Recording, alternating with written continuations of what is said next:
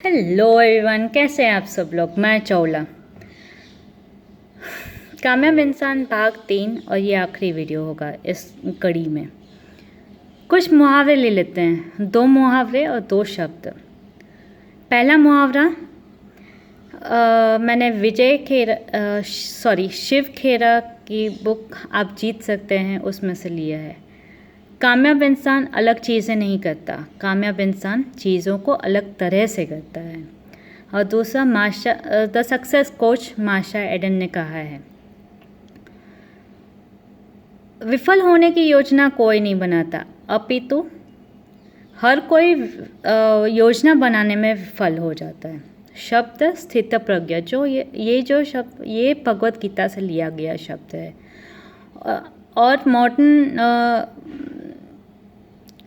Counsellors और psychiatrist का counsellors success coach का ये शब्द है सेल्फ लव। तो आते हैं पहले मुहावरे पे। कामयाब इंसान अलग चीज़ें नहीं करता, कामयाब इंसान चीज़ों को अलग तरीके से करता है। सपोज़ मेरे पास ना, मैं जम्मू कश्मीर में गोल्डन एप्पल्स की बिक्री की फार्मर हूँ। अगर मैंने वो गोल्डन एप्पल्स लेके मैं हर जम्मू कश्मीर में फिरी, हिमाचल में फिरी, उत्तराखंड में फिरी, पर वहाँ पे मुझे कोई दाम ही नहीं दे रहा है। पर अगर ये सेम जम्मू कश्मीर के एप्पल्स मैं उसे लेके आती हूँ गुजरात में, जहाँ पे मैं उसकी अच्छे सी पैकेजिंग करके अच्छा सा अपना ब्रांड नेम को ऐसे सजा के अच्छा सा उसको पैकेजिंग करके उसको बेचती हूँ, तो मुझे 4 गुने दाम मिलते हैं उसके। तो ये मेरे लिए सक्सेस हुई, ये मेरे लिए कामयाबी है और मैं कामयाब इंसान हो चुकी हूँ। अब मुझे मेरा मार्केट यहाँ पे गुजरात में होने से, मैं जो कामयाबी मुझे जम्मू कश्मीर में मिलने से मिल नहीं रही थी, वो मुझे कामयाबी यहाँ पे आके मिली। तो इसमें क्या हुआ, मैंने अलग तरीका अपनाया।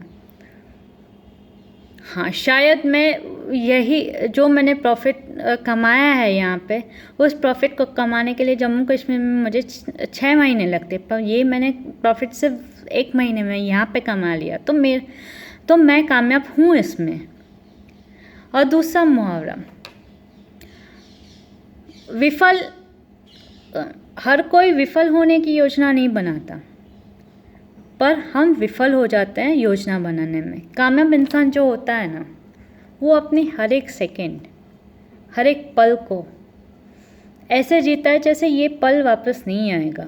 वो हर एक जैसे जब जो क्षण से वो उठता, अपनी आंखें खोलता है, और जिस क्षण के और जब तक वो सोता नहीं, तब तक उसके दिमाग में अपनी कामयाबी को लेकर ही तरंगें चलती रहती हैं। क्या तिकड़म लगाएगा, कैसे किन लोगों से बात करेगा, कैसे करेगा उसको। वो हर एक चीज़ को बैलेंस करना जानता है। जैसे वो सुबह उठता है तो उसे एक्सरसाइज करनी है, उसे अच्छा खाना खाना है, उसे ऑफिस भी जाना है। ऑफिस के काम में, हाँ, पर वो ऑफिस जाता है, उसे 1 घंटे का जो ब्रेक मिलता है उसमें वो 15 मिनट में अपना लंच ख़त्म करके वो 45 मिनट्स अपने लक्ष्य पे काम करता है, ताकि जब वो घर पे वापस आए तब वो जो 2 घंटे उसको जो मिलते हैं उसमें उस काम को वो आगे बढ़ा पाए। तो it is a smart play of timing. So he is planning at each and every stage. He is also analyzing things कि कहाँ पे मेरा टाइम बिगड़ गया, कहाँ पे मैंने टाइम को बचा लिया, कहाँ पे मैंने स्मार्ट वर्क किया और कहाँ पे मुझे हार्ड वर्क करने की ज़रूरत है। तो ये सारी चीज़ें मैटर करती हैं। तो आई वुड ऑलवेज सजेस्ट, ये मेरा सजेशन है कि समय बहुत कीमती है। समय शायद पैसों से भी ज़्यादा कीमती है। बीता हुआ समय कभी वापस नहीं आता, और इसी समय को हमेशा जीना सीखो, प्रेजेंट में जीना सीखो। हाँ, फ्यूचर की प्लानिंग ज़रूर करो, पर कल की लाइफ आप आज अभी से जीना शुरू करो, और वो लाइफ अभी से जीनी है तो वो मैं कैसे जीऊँगा या जीऊँगी, वो उसकी भी प्लानिंग आज से शुरू करो। अगर वो प्लानिंग फेल हो जाती है तो दूसरे तिकड़म अपनाओ, दूसरे पैसे अपनाओ, बुक्स रीड करो, लोगों से बात करो, सब कुछ करो, पर हाँ कामयाब होना है, ये बात ज़रूर है। स्थित प्रज्ञा, ये भगवत गीता में लिखा है। स्थित प्रज्ञा का मतलब है चाहे सुख आए या चाहे दुख आए, कामयाबी की राह पे चल दिए तो सुख का उतना ही आनंद मनाओ जितना दुख का। दुख को सेलिब्रेट करना सीखो, दुख को डाइजेस्ट करना सीखो। अगर हम क्या करते हैं, सुख आया तो अरे वाह हमारी छाती फूल गई। सुख में हमारी ये टेस्ट होती है कि हमें कभी अभिमान ना आए, और दुख में यही टेस्ट हमारे पेशेंस, धैर्य की टेस्ट होती है।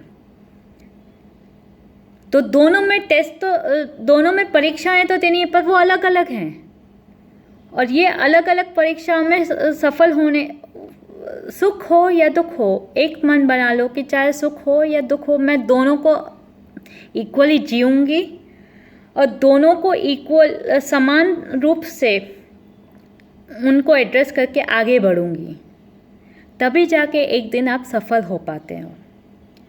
सेल्फ लव, कामयाब इंसान ना खुद को बहुत प्रेज करता है। जैसे किसी इंसान को मोटिवेशनल स्पीकर बनना है, उसने एक क्लब ज्वाइन कर ली, ठीक है, वो क्लब में उसको ऑन द स्पॉट टॉपिक्स दिए जाते हैं। ऑन द स्पॉट टॉपिक्स के लिए वो प्रिपेयर्ड नहीं है, पर उसने बोला, कम से कम उसने बोलने की कोशिश तो की, पर जब वो वहाँ से आता है, वापस अपनी सीट पे बैठता है, तो वो सोचता ही नहीं कि मैंने ये नहीं बोला, वो ये सोचता है चलो मैंने 10 जनों को फेस किया, ये मेरे लिए बहुत बड़ी बात है। तो यही सक्सेस का फॉर्मूला है। Thank you very much.